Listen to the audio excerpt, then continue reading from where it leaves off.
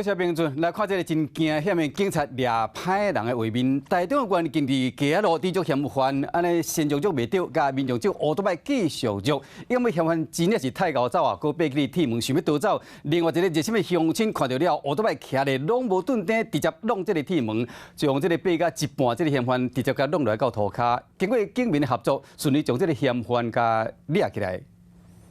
两个警察伫咧大路掠嫌犯，嫌犯走敢若飞，警察强要掠袂着。伫安全无碍警察回头甲民众借机车，用骑车较紧。毋过嫌犯那高咧，真高走，一个党员佮走到路边一个铁门，规人爬起嚟。道民众骑机车冲过来，直接弄铁门，甲爬伫咧顶面的嫌犯弄落来。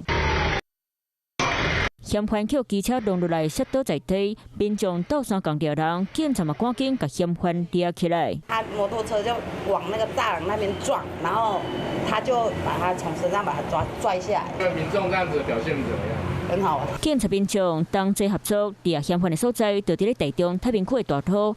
看到民众拢讲，哦，这过程未输伫咧搬电影，有够刺激。有好心的民众骑奥多麦倒山共掠人。该男子随即弃车逃逸，同仁见状借路人机车，顺便查获失联移工。警察讲，当时咧巡逻，看到嫌犯鬼鬼祟祟，搁想要闪警察。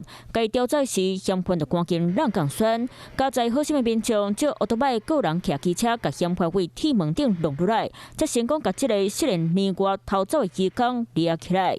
Hello， 我是林仙怡。想要抢先掌握最及时的新闻资讯吗？赶快订阅、按赞、开启小铃铛，锁定华视新闻 YouTube 频道。